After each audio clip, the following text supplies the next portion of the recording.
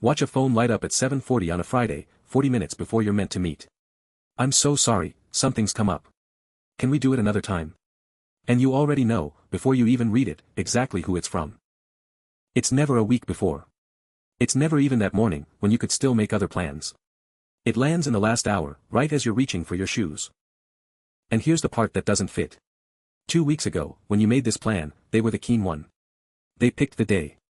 They said, yes, finally, like they meant it. Because they did. So it's not that they didn't want to see you. It's that this is the third time. Same eager yes at the start, same quiet text at the end, same person on the other side of it every time. You've stopped being surprised. You leave a little gap in your certainty now, a small unless. You half expect the shoes to come back off. So here's the question this whole thing answers. Why would somebody who genuinely wanted this, who chose the day themselves, bail at the very last second, and do it again, and again, on the exact people they most want to keep? Not the flakiness. Anyone can flake once. The mystery is the shape of it, huge yes, then a vanish, time to the last possible minute, aimed at the people who'll forgive them. Before you call it not caring, or being unreliable, you have to look at one thing. What they actually feel in the second they hit send. And it isn't guilt first. Watch closely. The first thing that moves across them is relief. Pure, physical relief, like a belt loosening. The whole evening opens back up in front of them like an empty room. No getting dressed, no going out, no being on. Just the couch, and nobody watching. And relief is the tell, because relief only ever comes after dread. You don't feel relief walking out of something you were looking forward to. So somewhere between the yes and the shoes, something turned to dread. So go back to the yes itself. 2 weeks out, that plan cost them nothing.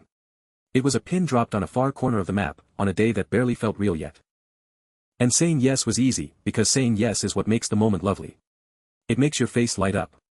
It keeps them in the warm. Future them, 2 weeks away, could deal with the actual doing. Because think about the other option in that moment. Saying, actually, no. To your face. Watching your face change. That costs something right now, out loud, in the room. So the yes isn't really a plan. It's a way out of a hard second. It buys them out of disappointing you now, and quietly builds it to a version of them that doesn't exist yet. The trouble is, that version does eventually exist. It's them, on the night, with the pin no longer far away at all. Because here's what happens to a plan as its day gets closer. It gains weight. Every day the pin creeps nearer, the abstract turns concrete, and the concrete turns heavy. What was a lovely idea becomes a set of specific demands. This body, off this couch, into real clothes, out that door, into a room, being good company for 3 hours. And the distance between the couch and that pin doesn't stay empty. It fills up. Every hour closer, it fills a little more with a dread they can't quite name or point at. And crucially, they can't see where the dread is coming from. It isn't about you. You didn't do anything. It's just that the plan has quietly become a wall in front of the evening. So the closer the hour gets, the higher the pressure climbs, until the plan isn't a nice thing waiting for them. It's a thing pressing on their chest that only one action will lift. And they know exactly what lifts it. Not going. And the closer it gets, the more that one move looks like the only air in the room. Which uncovers the strange thing at the center of all this. The yes they gave you was real. But it was never a yes to the doing. It was a yes to something else entirely.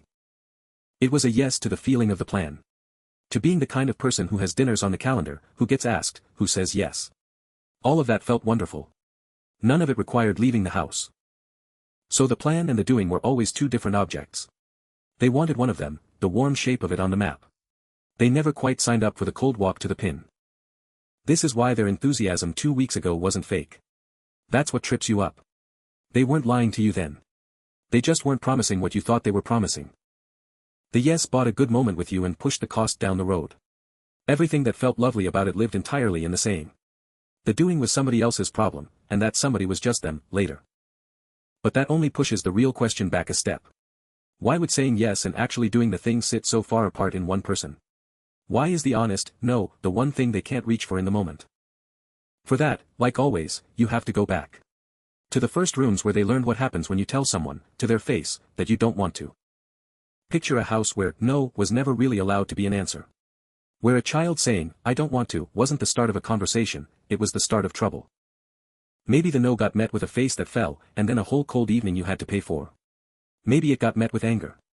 Either way the lesson landed. Saying no straight out is not safe. So the kid does what kids are brilliant at.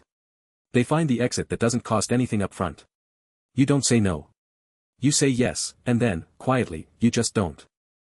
You agree to their face, because their face is the dangerous part. And then you disappear from the actual thing later, from a safe distance, where no one can watch it happen. On the map, it looks like this.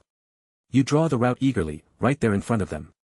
And you always leave one small unmarked side road off the back of it, for later. Because the front door, turning to a person and saying, "No, I won't be there," that was the door that got you hurt. The back door never did. The back door was the only safe way out you ever had. So the fear underneath isn't the dinner. It's the moment of refusing someone to their face. That specific moment, their expression changing because of a word you said, is the thing the whole pattern is built to avoid. The catch a child can't see is what the back door costs. Because the yes still gets made. The expectation still gets set. Someone is still, later, standing somewhere waiting for you. Grow that child up, and the back door becomes a text. Something's come up. It's the same move exactly, agree to the face, escape from a distance. Only now the safe distance is a phone screen, and later has a name. It's 7:40. And this is why it has to be the last minute, not before. Because the back door only opens under pressure. As long as there's still time, the dread is bearable and the exit stays shut. It's only when the hour is right on top of them, when the shoes are basically on, that the pressure gets high enough to blow the door open. And out they go, at the very last second, every time. So the lateness you keep taking personally was never about you at all. It's a lock that only opens when the pressure peaks. And the pressure only peaks at the threshold. And mostly they don't know any of this is happening. From the inside, it just feels like the plan got heavy and then, mercifully, they got out from under it. The child's logic runs the whole thing without ever saying its name. But if this were really about the plan being heavy, they'd cancel on everyone. And here's where the whole thing gives itself away, because they don't. Watch who actually gets the last-minute text. It's the friend. The dinner. The person who loves them and will say, "No worries, next time," and mean it. The warm, low-stakes ones. Those are the ones that get cancelled. Now watch what never gets the text. The job interview. The flight. The first date they're nervous about. The boss. The dentist they waited a month for. Those, they show up to, white-knuckled, on time, coat already on. Which quietly demolishes the excuse. If they had the capacity to show up for the terrifying, high-stakes thing, they had the capacity to show up for dinner. Capacity was never the missing piece. So it isn't a habit and it isn't laziness. It's a switch. And you can see exactly what flips it. It's not how much they want to go. It's how safe it is to not go. The back door only opens where forgiveness is guaranteed. Where the person will still be there tomorrow. Where canceling costs almost nothing, because the love is a given. So here's the cruel shape of it. The safer someone makes you feel, the more cancelable they become.